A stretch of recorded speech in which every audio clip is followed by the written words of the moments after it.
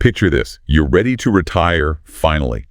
You've put in the work, you've saved diligently, and you're ready to enjoy the fruits of your labor. But here's the thing. Retirement today, it's not what it used to be. People are living longer, which means those retirement funds, they've got to stretch further. And then there's the economy. Talk about a roller coaster ride. A whole new ballgame. Exactly. And that's why we're diving into this today with you. You want to know if that age-old 4% rule for retirement spending, is it still a reliable roadmap? Can we still count on it for our golden years? It's a question we get a lot, and for good reason. The 4% rule, it seems simple on the surface, but remember, it was designed in a very different economic climate. Right. Things have definitely changed since then.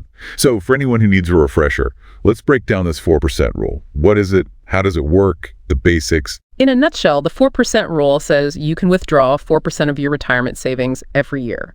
You adjust that for inflation, and theoretically, your money should last about 30 years. Sounds pretty straightforward. It does, right?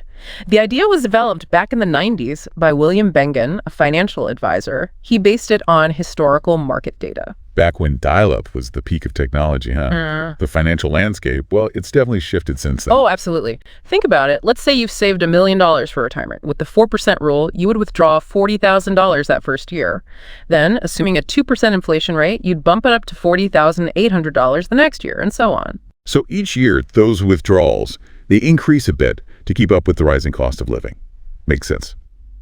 But the million-dollar question is, pun intended, of course, does this rule, this 4% rule, does it actually hold up?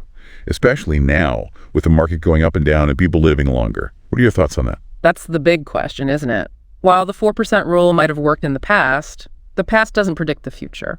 The financial landscape has changed, it's different now, and clinging to this one rigid rule, it might not be the smartest move anymore. And that's what makes this deep dive so important. We've got to understand those limitations if we want to find a strategy that actually works. Sticking to one percentage, it doesn't really account for all the curveballs life can throw at us right too. Exactly. Remember those what if situations we talked about. What if you have unexpected home repairs? What if you need to help out a family member?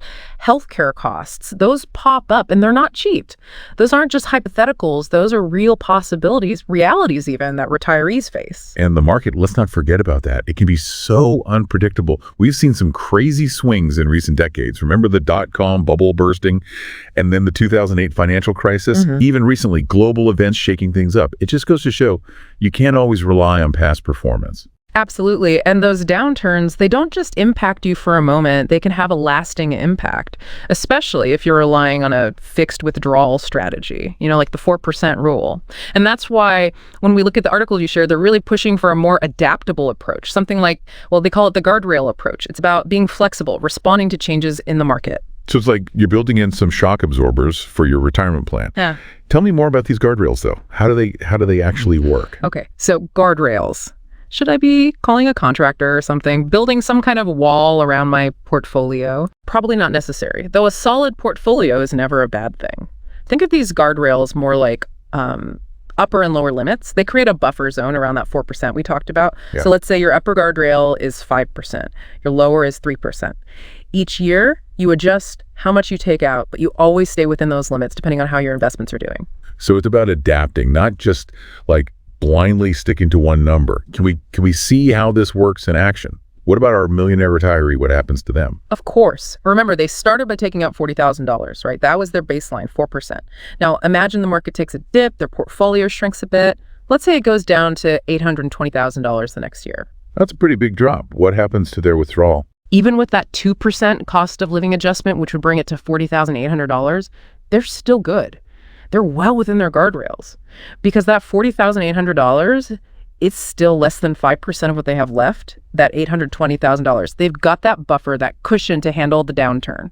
So even if the market dips, they're not suddenly having to drastically cut back their lifestyle. Exactly. It's about having that peace of mind. Okay, but what if things get even worse? Like the market really tanks and their portfolio drops even more the next year. Let's say it goes down to $760,000. Now, that's where the guardrails really show their worth. With a 3% inflation adjustment, their planned withdrawal of, $42,024, that would actually go over their 5% upper limit. Because it's more than the 5% of what they have left now. Exactly. So in that situation, yeah, they might need to adjust their spending a bit. tighten the belt, withdraw a little less, maybe closer to $38,000, which brings them back within that 5% guardrail. It's all about finding that balance, right? Enjoying retirement, but also making sure your savings last. A little reality check, but a manageable one. Let's flip the script, though. What if the market's booming? Are retirees sitting pretty? Well, and it's time to enjoy the ride. Let's say their $1 million grows to $1.1 million. Now, even with that 2% inflation adjustment, their $40,800 withdrawal, it's only about 3.7% of their portfolio, way below that upper guardrail. They've got some breathing room there, maybe splurge a little. Exactly. And if the market keeps going strong, let's say their portfolio jumps up to $1.4 million the next year. Their planned $41,616 withdrawal.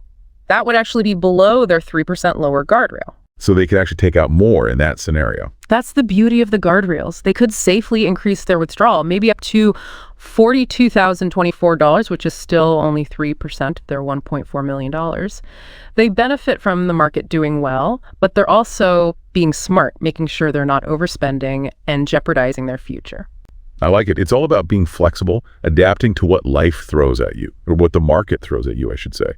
But I guess the big takeaway here is that there's no one right answer when it comes to retirement spending. It's not one size fits all, right? Absolutely not. The important thing is to find what works for you, for your individual situation, your risk tolerance, your goals. That's what this deep dive is all about, giving you the knowledge to make those decisions. That have those conversations, maybe with a financial advisor, and figure out that strategy that's right for you. Because for some people, it might be about making sure they can cover healthcare costs.